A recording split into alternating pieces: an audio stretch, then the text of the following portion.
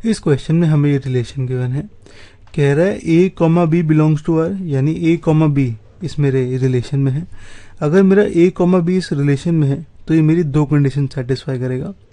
पहली तो A comma B belongs to N, यानी ए और बी मेरे नेचुरल नंबर होंगे। दूसरी A is equal to B square होगा। ऐसे ही गिवन है B comma C belongs to R, यानी बी कॉमा सी मेरे रिलेशन में है। अगर बी कॉमा सी रिलेशन में है तो ये मेरी ये दो कंडीशन सेटिस्फाई करेगा। यहाँ पे ए की जगह बी डाल देता हूँ, बी की जगह सी, तो ये आएगा। पहली कंडीशन होगी B comma C belongs to N, यानी बी और सी मेरे नेचुरल नंबर्स हैं। दूसरी होगी B is equal to C square.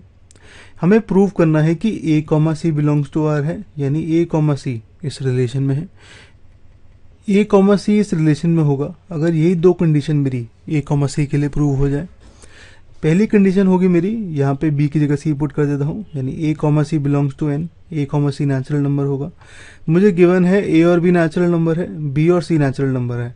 इसका मतलब ए और सी नेचुरल नंबर होंगे, यानी A comma C belongs to N होगा।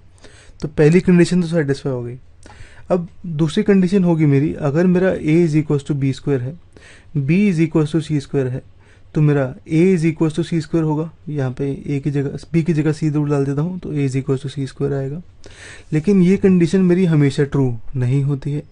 इसका मतलब मेरी सेकंड कंडीशन ट्रू नहीं है, यानी मेरी दोनों कंडीशन यहाँ पे ट्रू नहीं है। इसका मतलब ये जो a comma C belongs to R है ये मेरा इनकरेक्ट है। तो a comma C does not belong to R, यानी जो गिवन स्टेटमेंट है मेरी ये फॉल्स।